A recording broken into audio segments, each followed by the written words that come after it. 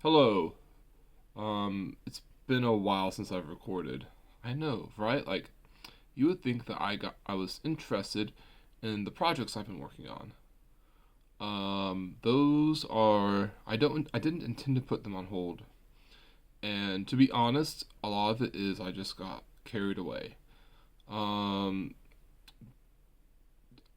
and some of what I got carried away with was I decided to go and lose some more weight. This flannel can no longer be worn for dress, like like for a dressy, like wear it to church for the purpose of being a dress shirt. It's now going to be an overcoat. And why I say that is I've dropped a shirt size. I focused really hard on not eating, and I am down to 225. The last it took me about 2 weeks, maybe three, and now I'm just. And the issue is, funnily enough, I got a cold, so I thought in order to beat this, I'm gonna eat a whole lot more. I'm gonna break all my fasting. Um, that was a mistake. I should never have done that. No, I should have, and now I'm suffering the consequences. Because the world is tragic and illness exists, right? Um, so, anyways, I'm down to 225. I've consumed way more food than I should have in the last couple of days, but it's all water weight. So, like, I just need to get back in control of my diet, which is going to be hard. But I work the next 3 days, and if I can start, how do I say this? If I can interrupt my patterns enough, I will be able to not eat more than I should, and I can get back on my diet. My cold is basically over. Just every couple hours, I have a little bit of phlegm left over that I have to get rid of. Um, yeah. So I poured my mental resources into losing weight. That's one. And two, I poured my mental resources into enjoying my life. What all does that mean? I have not been doing any writing. Okay, actually, I have. I have decided I'm going to start. I had one original idea for a scripted video that got put way off to the side because I had a very large burst of creative, intuitive um, typing and writing. I planted the seed on the paper, and it just psh, is within minutes. I got a couple paragraphs in. Within like 3 hours, I got in a page and a half. I knew I had it in me. I just didn't know how much I had in me. Um, so that is really an interesting idea that I'm working on. Um, I'm I'm going to include sources because this is scripted. I will do my best to find as close to the original source as I can. Um, but my main claim I'm going to state with the video, I'm not going to spoil it entirely, but my main claim is that the forces that have corrupted our world have been around hiding like seeds, like weed, like weed seeds in unfertile soil, waiting for the correct time to spring up. And I'm not going to go much beyond that, but the spirit that has undermined our society has been hiding in the soil for the last 3,000 years. I say three, it's probably been like 5,000 years. But it's been popping up, and I have identified the vector, the medium that's been hiding in. I've identified the the genetic vector that's been using to replicate lately, and where it was, what it was hiding within, and where, and like how it popped up. Um, and that's really nice to understand. In fact, like this is gonna be like kind of a this is the topic I have today is sort of a side shoot from my claim. Oh, it's gonna be such a long video. I'm probably gonna have to break it up in like 2 or 3 parts, but that's okay because I'd rather have an hour or maybe even 3 or 4 hours of a video that I've scripted out with my own authorial voice than bungle through it, and that's okay. So yeah, I had a major creative burst, and I'm writing, and it's not my book. I know where my book is going, by the way. I finally figured it out. I figured out a whole bunch of my theology. These are old ideas that just like magically snapped into place. It's like Ian McGilchrist has said this idea. Wisdom is not something that you can do efficiently. Wisdom is something that you accumulate and build on, and you turn, and like it works through itself in the back of your head, and it's like as you pick up more and more bits of information around the world, or not the world, in your life, it's like as you accumulate those and you sleep on it and you think on it, it's like turning the bolts on a tire. You can't torque one down, because then the rest, it just doesn't work. So you have to bring it close. You have to spin them all down real quick without torquing them to get it close. Then you have to go one by one again to once they're flush to tighten it down. That's like the way you tighten down a tire is the way that you build up wisdom and you approach large problems. And in fact, the true definition of intelligence is being able to read into things and to be able to draw things out. The ability to abstract is a cue for intelligence. I'm sort of paraphrasing Ian McGilchrist here, but there's a like in order to like have the most powerful ideas, you can't just sit down in front of a computer and force yourself to push through them. I mean, you can, but like that's not going to be very efficient. You kind of have to build it up slowly in different little parts and then build it up. You're literally building a cathedral over years instead of mass producing pillars, getting all the calculations and just it's literally just a work in progress.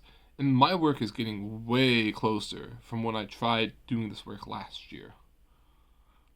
Yes, the ideas I've had have been sitting around in my head for a year. And like it's all like my older videos are going to I'm not going to reference them, but it's going to be clear that the ideas I had back then that I was wrestling with, which I really did not like wrestling with, are going to appear resolved. And this is like 5 years old videos that were really bad because I didn't bother scripting. And like back then I had maybe 30,000 words of a very, very old version of my book. It was not good. But like that's life. What else has been going on? Still haven't bought a house. You will know when I buy a house because like I'll be recording from it. In fact, I'll probably have a room set aside for my library and study, which I'll be recording from. And I'll make sure when I record to have my windows covered because I don't want you guys figuring out where I live. You can't figure out where I live now, thank God. That's okay. That's good. Anyway, so the idea I have, this is actually something that I'm pretty sure, looking back, Formscape has done a video on it, but it's not quite crystal clear. It's not going to be as like the way he approaches videos is he sets up a list of comparisons to try to drive you to an idea.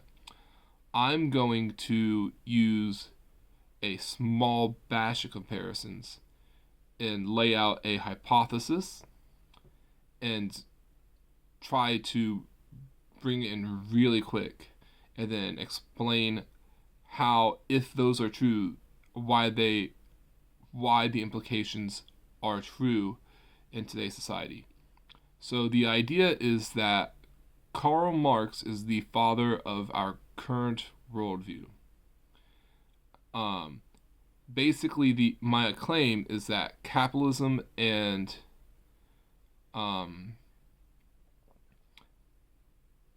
communism are a fake. How do I put this? The frame that they are creating is synthetic. They are a fake. What's the word? 1 second. They're a fake dipole with the sole intention of synthesizing a hyper-materialistic slave state where everything is, where you are looked at through the eyes of a value transaction and your time is recorded as a resource to be bought. And we are going into an inverse slave state. I've made some of these claims before, but I'm going to flesh it out. Basically, the idea of capitalism, which it's wrong, by the way, it's completely wrong, that you can exchange your time for money, and that money can be used to pay for things, namely other people's things that you hold valuable. That is such a, like, it's a good basic idea, but you have to start asking the questions of what is money, where do we derive money, why do we have money as the basal value for labor, like how do we create money, like how did we get it, and what are the incentive structures to make sure that it's kept limited, because right now it's not, and what happens when it's not kept limited. Also, there's the other questions of how do we store money, how do is it safe with us, or should we trust someone else? What happens if we trust someone else? We get into, at some point you start getting into really specific questions based upon like the questions frame a worldview where you start to realize, oh wait a second, we've converted ourselves into we've converted our labor into an electronic balance sheet, and someone else controls that balance sheet. So they can buy us as slaves for a price that somehow we think we set when we sign an employment agreement. They buy our time and our loyalty in exchange for a resource that they have total control over. And the alternative that we think we're given is communism, where everyone is forced to work, and like forced to work. And are they forced to work? Who's going to do the different jobs? In exchange, everyone's needs are met. Like, that is a pipe dream, first of all, because communism, let's get one thing clear. There are going to be two groups of people who are going to exploit both forms of both sides of this system, and they're the exact same groups of people. Our elites are going to exploit both forms of the system in nearly an identical way. They're just going to be playing both sides against each other. So our elites are going to own banks, who are going to, out of thin air, say you now own money, and you are going to pay them back that money at an interest rate. Now, there are supposed to be regulations that force banks to have a minimum of 10% of that made up money on their balance books, but that's been gone for years. So how much money is available when you start taking your money out? Who knows?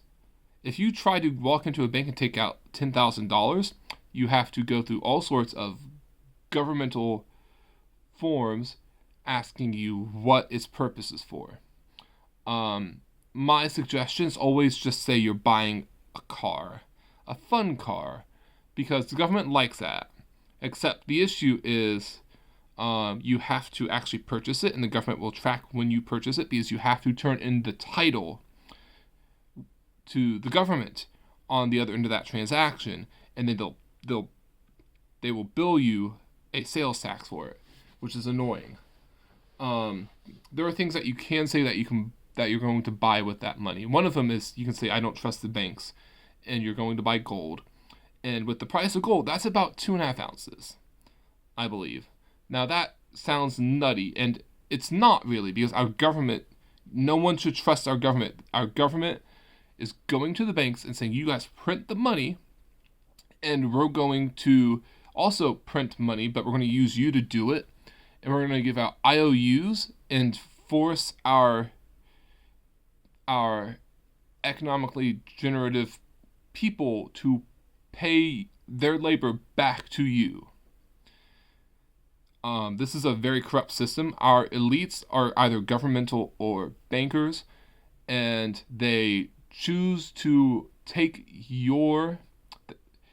they've created a system where they create cash out of thin air and loan it to you because other people want this cash, and they say with this cash you can exchange it for things of value like a house. And like, I'm not going very deep here because I have a really, really big bone to pick with our government for propagandizing to my parents' generation that houses hold value.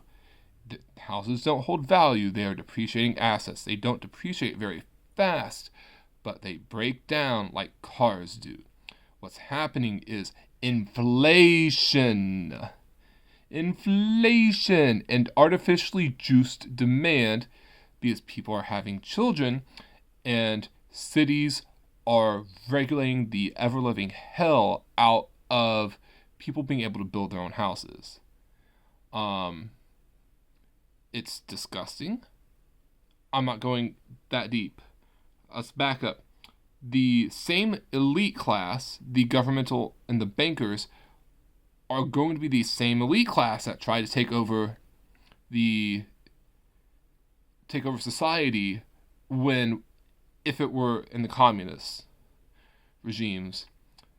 They would be service providers and, again, government. And the government's going to try to say it should control the flow of money. But there is no money now. They're just going to outright control the flow of resources. So their friends are going to have social capital now, and you don't have any of that because you don't have friends in the government. Or if you do, like, you're going to bribe them to make sure you continually get food, and you're going to bribe them with things like sex or undocumented products that you're giving them, like chairs, beds, maintenance on water.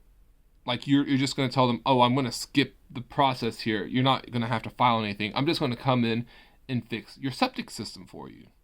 They would really love that. Just don't tell anyone, shh, because my labor is supposed to belong to everyone, right? But no. They're just going to exchange they're going to trade out money for social and political capital. There's already social and political capital, but money modulates that in a capitalistic system. And what that means is you can technically earn enough that you can build a business. You can sort of use the system in your favor, but like you meet a roadblock when you need to expand.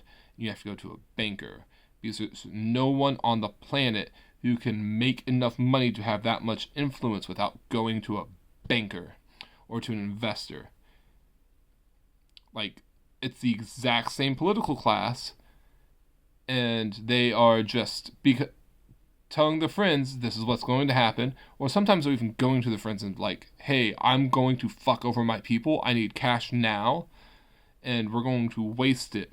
And my other friends over here own the businesses that we're going to waste it through. So it's all, I'm saying this right now, capitalism is a means to convince people to exchange their labor for a transient piece of paper that the government claims holds value. And as long as we all believe that the money holds the same value roughly day to day, it's enough. But we're not looking at the back end and seeing how much our government is wasting, how much our government is giving out our labor to their friends. And the bankers are just horrible. They are capitalizing on that. They are taking money from us that they accumulated from debt to buy other governmental debt. So the banks are buying our future labor from our government when our government doesn't have the authority to sell our future labor. Because how many of us are actually going to hold jobs in 10 years? The government just runs large numbers and says, these people are going to have jobs. This is how much our economy is going to produce. Let's just sell their future labor. So here's the funny thing. In the capitalist system and the communist system, those people will do the exact same thing. They are elite freeloaders. You have the other people are the deleterious underclass freeloaders. Your common thieves, your fraudsters, think of your psychopaths or your drug addicts. The people you see in the grocery store that look a little scary because they look unhinged and they dress poorly. Now this doesn't, there are definitely homeless people that don't behave poorly. A lot of them do, though. It is no longer 5 years ago I'd have said homelessness is a mental health issue. Nowadays I'm looking at the stats, I'm talking to my friends, and I'm seeing a pattern where we have inflated away the value of our money so much that you cannot maintain rent, at least in Columbus. You cannot maintain rent without at least making $15 an hour. And you have to make sure you also eat food at the same time. So I bring home $2,600 a month after taxes and stuff. The average rent in Columbus is something like $1,000 to $1,200 for a 2-bedroom. So either you have roommates, you have a spouse, or you make $16 an hour and eat pecans no, that's too expensive. You eat scrambled eggs 3 meals a day. And you splurge and you get ramen. That's how poor you are. You're eating bananas, you're eating ramen, you're eating scrambled eggs. Scrambled eggs sometimes spike, so you have to swap to ramen. It's not good. You eat peanut butter and jelly, and sometimes you skip the bread if you feel like you're having too many carbs, but you're always having too many carbs unless you're eating scrambled eggs a lot. And then you buy the frozen you buy the frozen vegetables because they're already chopped versus buying the fresh stuff. And then now the fresh stuff is getting a little sketchy because our government is hiding corruption. And we've had produce. Our produce has been spoiled. Definitely in Indiana, Taylor Farms, they almost 100% paid off government actors or blackmailed them into withdrawing laboratory evidence, because I know that we have an outbreak in Indiana because one of my cashiers got sick from it. At least one. And it is a parasite, so like there are medications that can be taken, but like it's bad. Anyways, I'm gonna back up. The underclass are going to pillage the workers of resources because we live in a very bureaucratic system. Both, like, any form of socialism or communism requires bureaucracy, and capitalism encourages bureaucracy, which is the issue. And why do they both encourage bureaucracy? Well, why does one require and one encourages? Capitalism is literally just get mine. 1 second. I want to make sure my light, which is my screen, doesn't go away. Capitalism says, make friends with the bankers, and you can crush your competition, and you'll just pay it back later. And you'll just pay your employees less to make up the difference. Because now the employees no longer can go to your competition for work. There's obvious corruption in a capitalistic society. It's legalized. How do I put this correctly? I'll use a different language. In America, and probably in most other countries, it is, you are legally forced to run a business to continually increase profit for shareholders, so that way they can cash out. And it's not even necessarily profit. You are forced to increase the value of the shares of the shareholders. And this means that also you are legally obligated, because of that, to use the stolen wages from employees who couldn't fight back against your what is it? What should I claim it? Your wage monopoly. You kicked out your opposition, your competition. You now hold a monopoly or a monopsony on labor for that specific role. So as you are siphoning off their wages, you now have an obligation to do stock buybacks to manipulate the value of an ethereal unit of your company's value.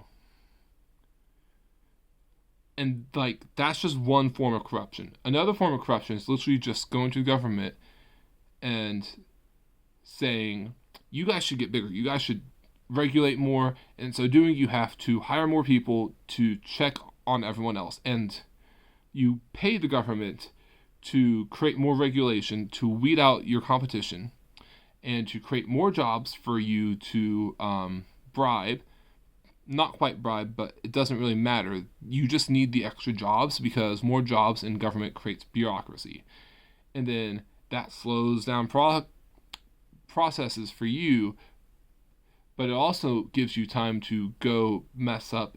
And how do I put this? You have opportunities to learn the flaws of your competitors and have very specific regulations. Regulations are not supposed to be to undermine competition, That's what our government has done at the behest of our economic elites. They've used government as a way to hurt each other, and then also more recently they've used regulation as a way to escape consequences for screwing over customers. And they've used a lot of legal contracts as of late to prevent manufacturers from sharing parts for people to fix their own products that they buy. And we've created a system now where you don't even completely own what you buy, because a lot of car companies, a lot of internet-based companies are using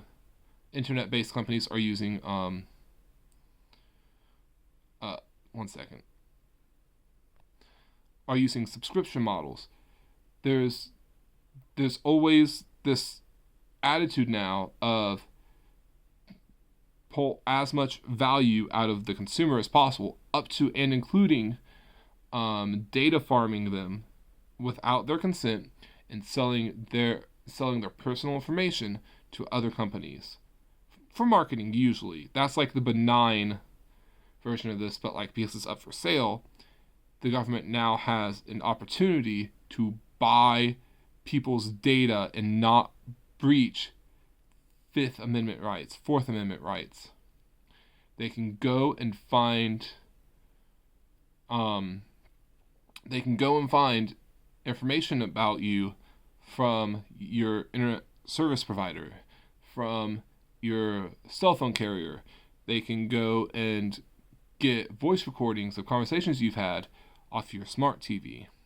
So we've created this situation where now the institution of government has basically cooperated with the institutions of the market to allow them to bypass constitutionally protected information and be able to purchase with taxpayer money, which they don't actually have because they've borrowed so much that they're never going to pay it off. They are taking out even more debt to go and screw us over to bypass constitutional protections. We should all be sickened at how intertwined our government and our economy are. I think something like 60% of the spending within our economy is done by our government. Let that sink in. I know it's right around 50 to 60%. I don't know the exact number anymore, but like expect it to be more than that. Expect it to be above. If the low mark is 50%, you should expect it to be higher than that, because there's going to be opportunities where the government isn't going to report that they're spending that money that way. CIA, FBI, if there's any opportunity for there to be cash that is not distributed by the government, police departments, if there's any money for them to collect money without having to give it back, it doesn't go onto the balance sheets. They can have off the books cash flows. Think the most unconstitutional way of asset forfeiture through seizures, unconstitutional seizures, where they claim your property has committed a crime. Think of it like the government saying your gun killed someone, and then them pressing charges against the gun and arresting the gun. And because it's not a person, they don't have to have due process, and they don't have to, and you now have the responsibility of producing evidence to say that gun didn't kill someone. Or usually it's actually this cash, you have more than $10,000 cash in your car and you're crossing state lines. Or just in general, you have more than $10,000 in cash. And we're suspicious that you may have tried to cross state lines with it, or that you may be trying to purchase something with it that you shouldn't. Or they go and seize all the vaults in a bank because they're suspicious that one person may be committing crimes using that vault. And it's just like one vault versus however many.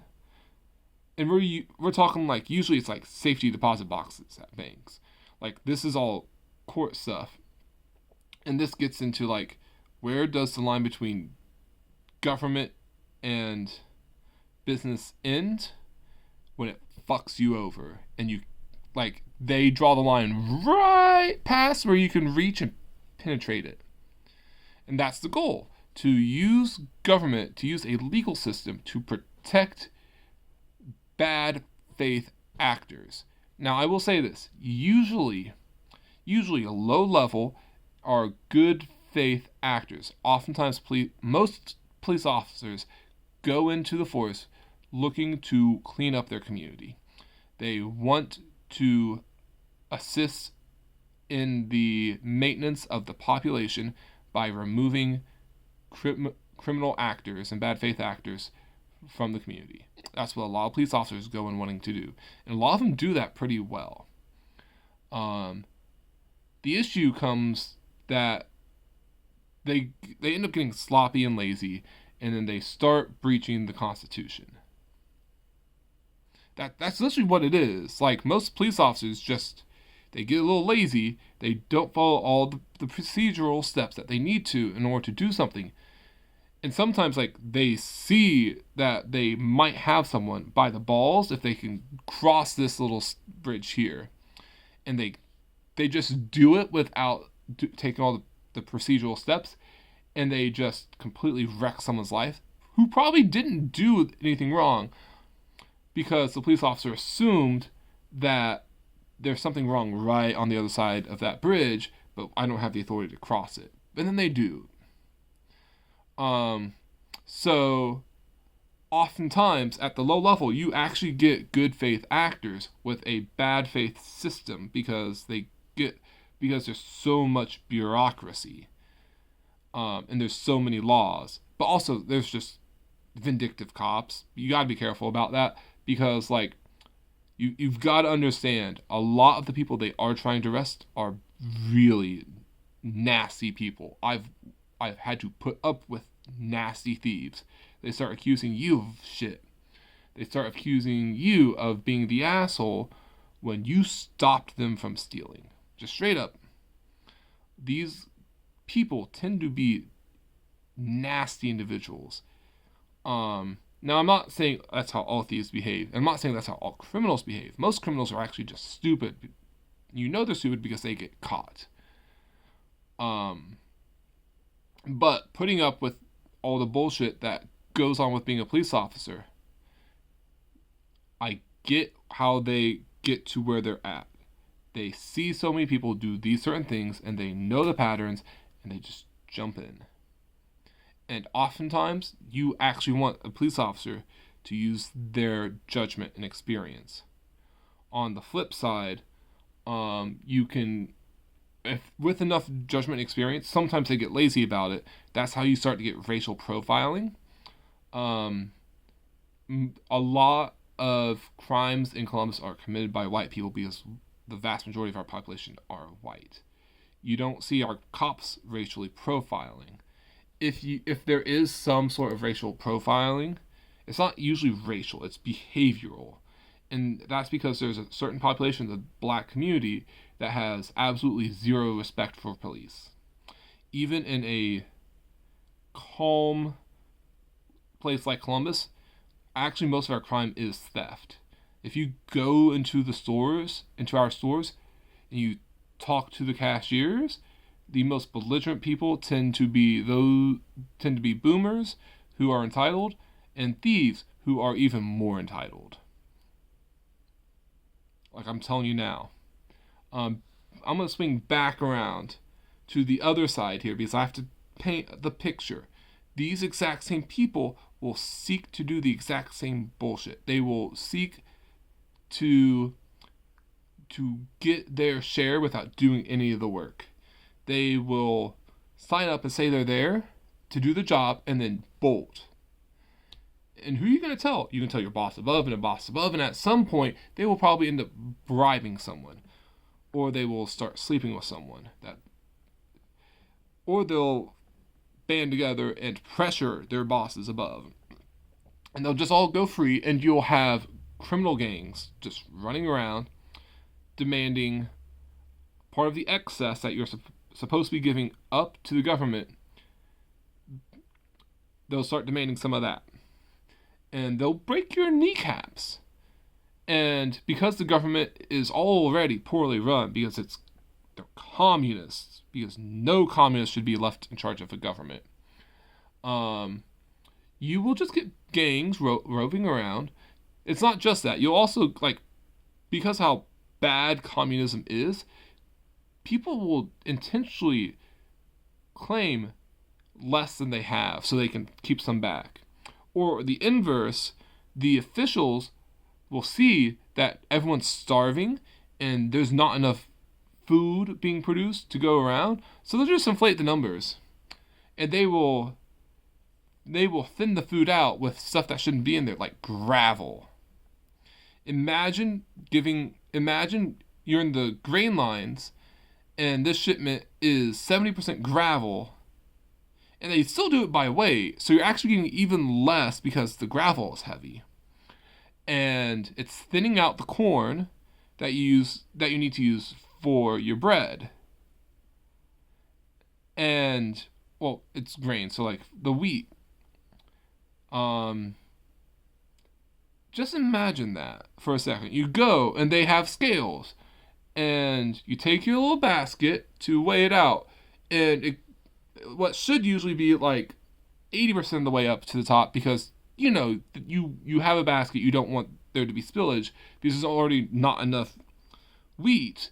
Then the government officials give you like 80% cobble or even 90% gravel with like 10% wheat, and it only fills up about halfway, and the scale says that you got your full measurement. It's just like, do you understand how easy it is for communism to have corruption?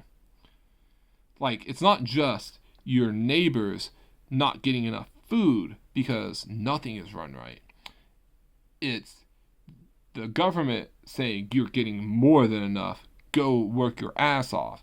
And it's not just that.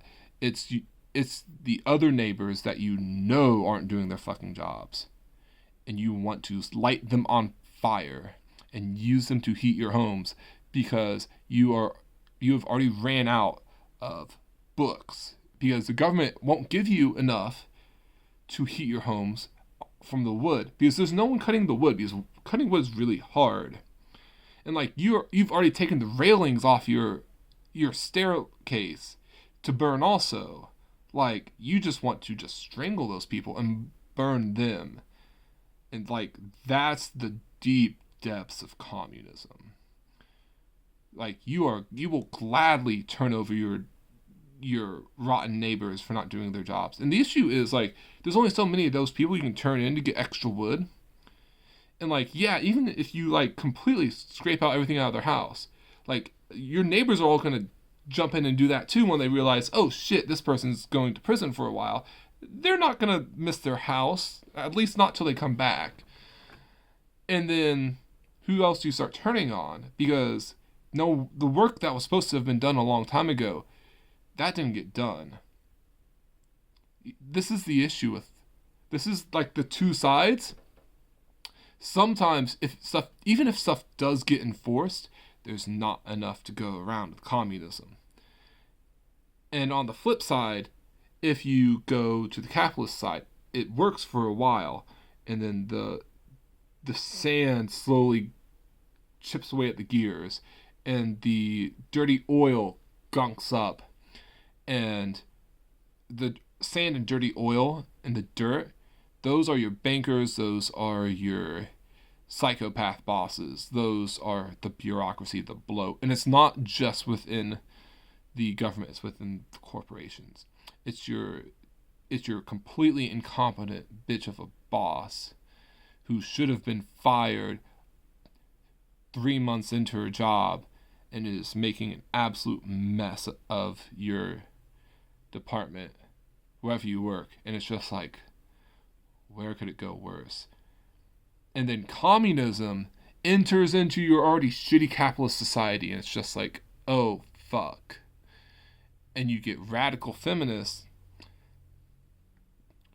who are trying to, who enter your workforce, and they get these HR jobs, and you do and like, you know where this goes, because like, how do these things coexist? Because they're the same. HR just needed a freaking excuse to fuck you over, and now they have one. It's completely contrived. It is race politics. It is sexuality politics. It doesn't look like communism on the front. It looks like nut jobs calling you a racist, calling you a bigot. It looks like nut jobs claiming that the vast majority of men are sexually harassing the women in the workforce. It goes even deeper. It claims that by accidentally bumping one of your coworkers while you're walking past them because you're in a hurry, because you have shit that has to get done, that female or male, whatever, who cares, coworker claims sexual assault, and you lose your job. And that's HR. That's what HR wants to do. That's what corporations want to do. They want a reason to fire you because they want to pay you as little as possible. It's all a system to convert you to a very easily exchangeable resource, where you will beg to exchange your time, energy, skills, intelligence for a little bit of cash. Or for a little bit of food. And it's always going to be the people at the top scraping stuff off of you. They're always going to be taking their shit first because mine. It is all a materialistic nightmare. This duality was built by Karl Marx, and our elites have been eating it up, and they've been selling it to us. And the reason why it's working in China so well is because they started on the other side and worked their way back. They introduced capitalism to communism, and it works because it's two sides of the same parasite. And it worked here because we were already capitalist as hell, and we just haven't seen that the communism was always there. And it was probably there long before World War II, when the German Socialist Party took over. It's been there for a long time.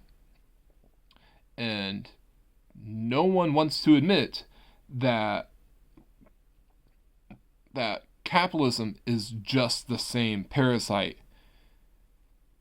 It's all been a method to control the population, to enslave the population, and to take out as much resources out of the population as possible. We've been converted to slave labor. We are in Egypt.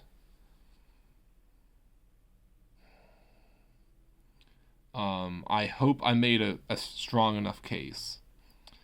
I don't know where, I have a claim for where this goes, and that claim is there's going to be a rebirth of Christianity. Christ is going to die and be reborn again. And you know what? The government tried to synthetically do this with Charlie Kirk. They tried to. I don't mean the government.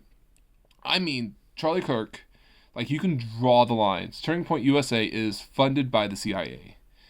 He was caught at a college campus arguing with the absolutely stupid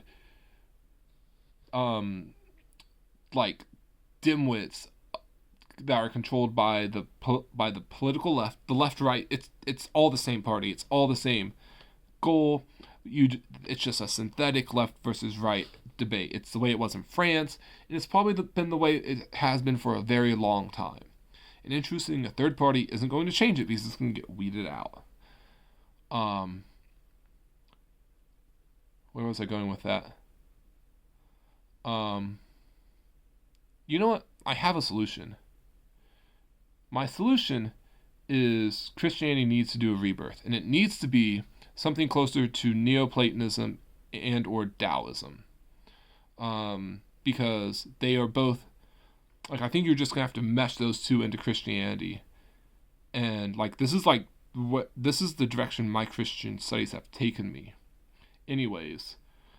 In fact, like, it's going to have that Jewish, like, you're going to get a lot of the Jewish, like, the old Jewish wisdom is going to ring true, like, when it gets brought forth into Christianity and seen through the eyes of Christ. It's going to ring true in this.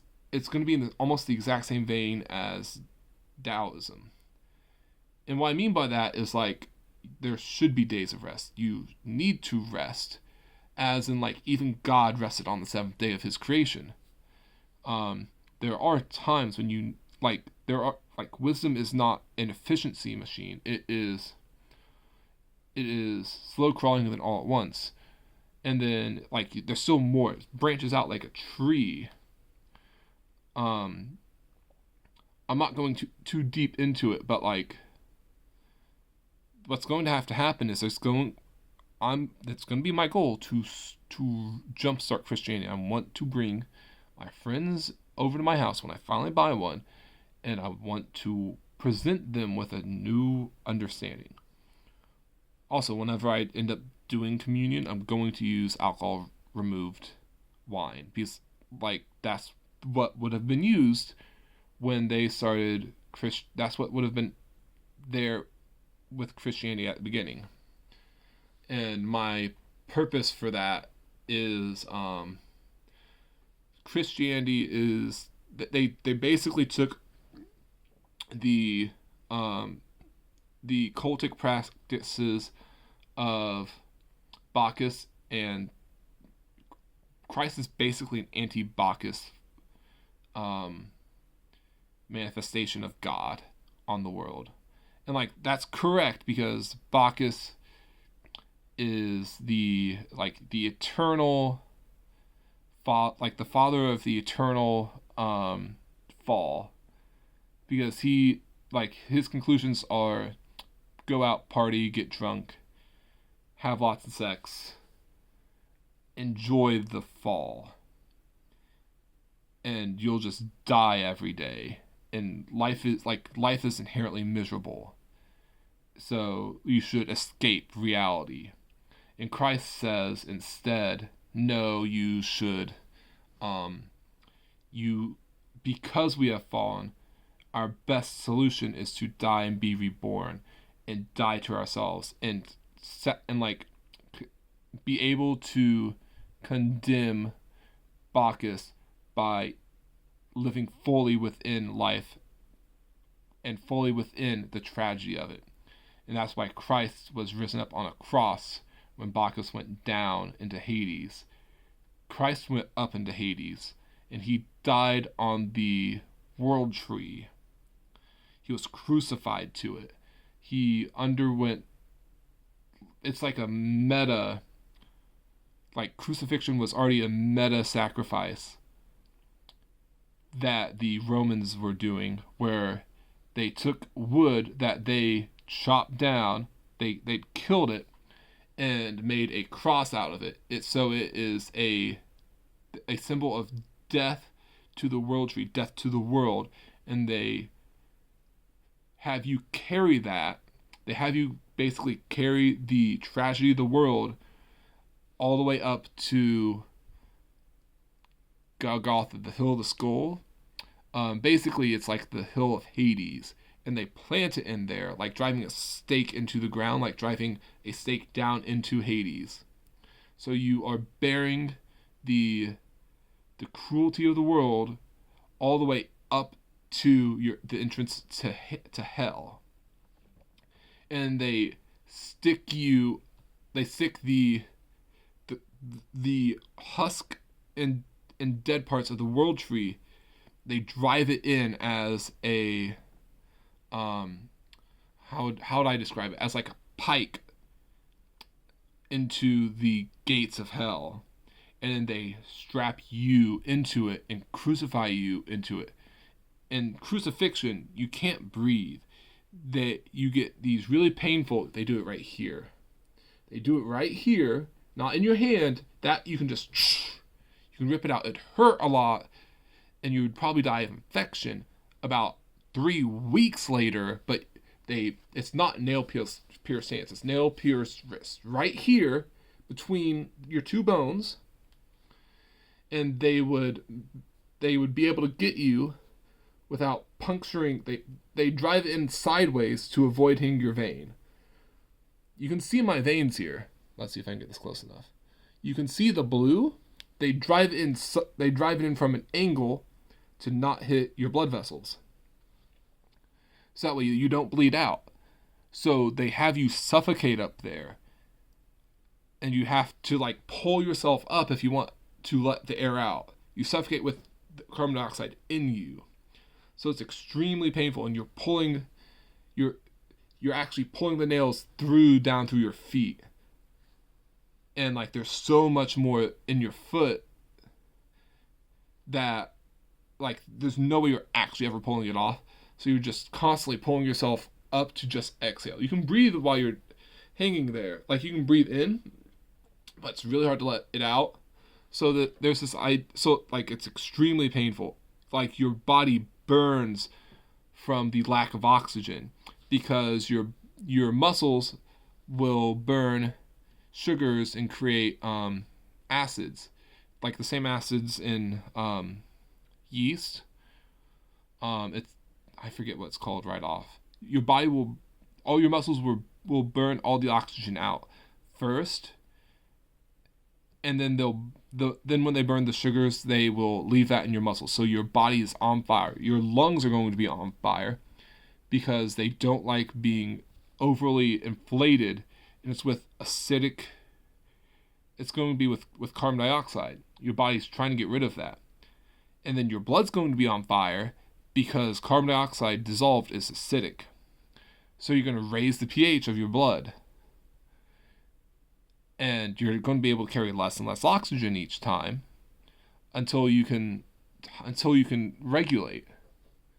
So your entire body's on fire, your wrists are pierced through, your feet are pierced through. You just sit up there for days till your body eventually gives out because you're not getting any more food, you're not getting any more water. So like your throat's going to be dry, and you're going to be screaming in agony. So eventually your voice is going to give out, and then you're going to be failing to scream. That I don't know what that sounds like, but that sounds like, just trying to imagine that sounds horrible. Anyways, back to my reasoning for why I'm going to start doing alcohol removed wine, and that is that Christ's sacrifice was not about escaping this world. It was about radically living it to its fullest, and out of, how do I put this? Out of it was deliberate how he got up there. He pissed off the Roman government, and he pissed off the Jewish elites. Like, don't let the academics fool you. It was clear it was both. Because the Roman government had always had problems with Christ figures coming to try to save their people. They were Jewish healers, so like the Roman government had a procedure. And the Romanized Jewish elites, the Pharisees and Sadducees, had to be in on it because normally under circumstances of theological dispute and philosophical dispute, like that's normal. You have normal back and forth conversations. But it was clear that at that time, the Pharisees and Sadducees were they were like proto-Kabbalists. They were not proto-Kabbalists. They were definitely Kabbalist because they had picked it up from the Babylonian Empire. So, like, I'm going off on a tangent.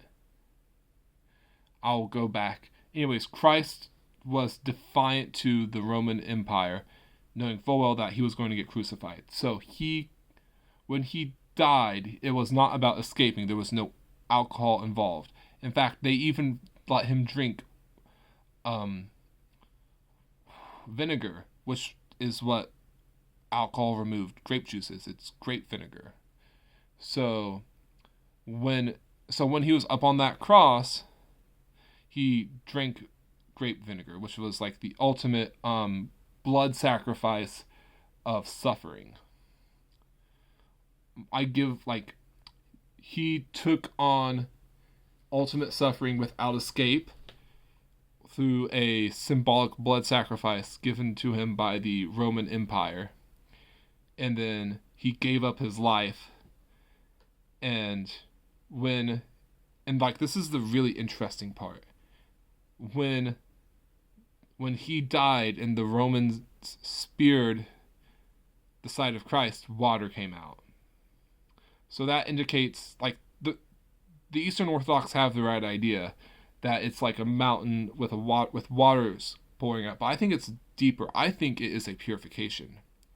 I think that grape vinegar came in, so it would have been red. It would have been like the color of blood.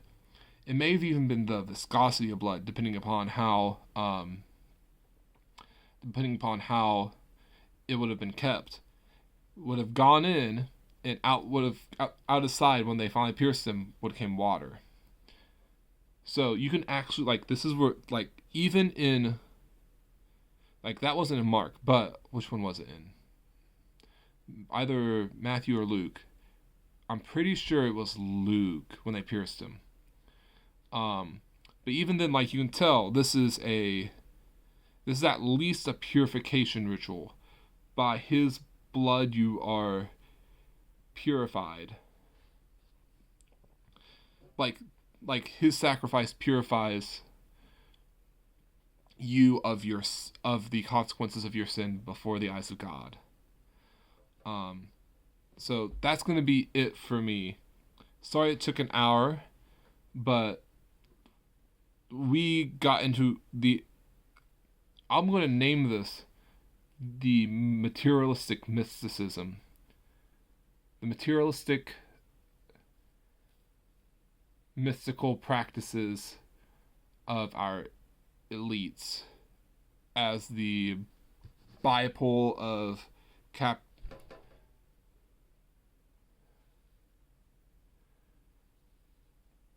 something like that.